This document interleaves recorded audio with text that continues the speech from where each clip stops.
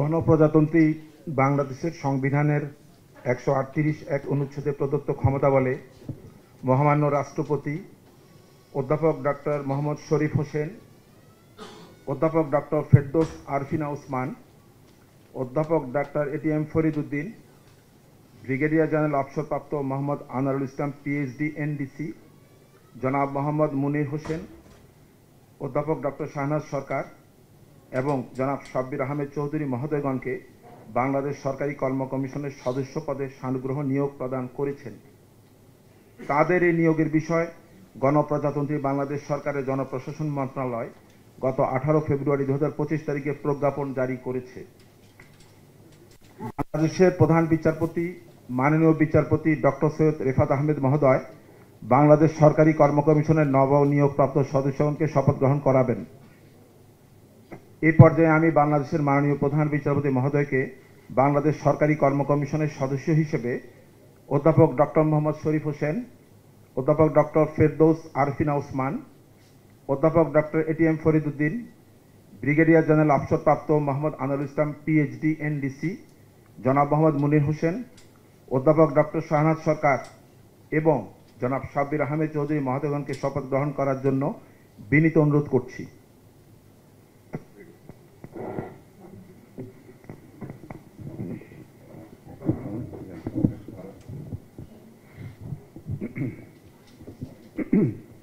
আমি অধ্যাপক ডক্টর সরকারি কর্ম কমিশনের সদস্য নিযুক্ত হইয়া সশ্রদ্ধ চিত্তে শপথ করিতেছি যে আমি আইন অনুযায়ী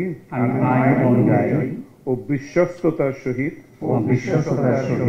আমার পদের কর্তব্য পালন করিব। আমি বাংলাদেশের প্রতি অকৃত্রিম বিশ্বাস ও আনুগত্য পোষণ করিব। আমি সংবিধানের রক্ষণ, সমর্থন ও নিরাপত্তা বিধান করিব এবং আমার সরকারি কার্য ও সরকারি সিদ্ধান্তকে ব্যক্তিগত স্বার্থের দ্বারা প্রভাবিত হইতে দিব না।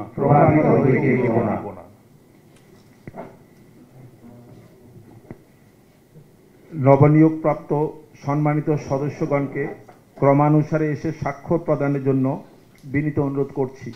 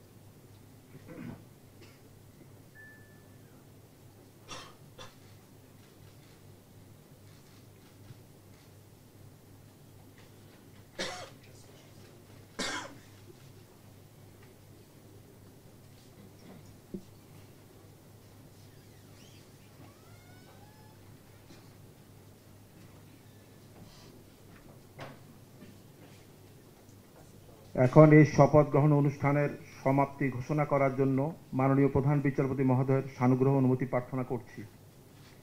মাননীয় প্রধান বিচারপতি মহোদয়ের সদয় অনুমতি ক্রমে শপথ গ্রহণ অনুষ্ঠান এখানেই সমাপ্ত হলো। এ পর্যায়ে বাংলাদেশের মাননীয় প্রধান বিচারপতি মহোদয়ের সঙ্গে ফটো সেশনে অংশগ্রহণের জন্য বাংলাদেশ সরকারি কর্ম কমিশনে নবনিয়োগ প্রাপ্ত সম্মানিত সদস্যগণকে বিনীত অনুরোধ জানাচ্ছি। সবাইকে অশেষ ধন্যবাদ। আসসালামু আলাইকুম।